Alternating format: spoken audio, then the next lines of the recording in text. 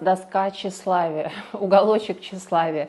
Здесь собрана часть наших сертификатов, наград и прочих достижений. К сожалению, даже уже, или к счастью, не знаю, не хватает места здесь, поэтому они у нас частично сложены грамоты достижения в наших огромных стеллажах, но что-то мы иногда выставляем здесь.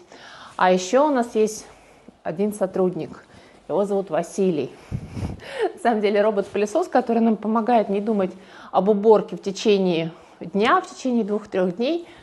И, собственно говоря, такая небольшая ниша, он спрятан, но в то же время он нам помогает, он работает вместе с нами.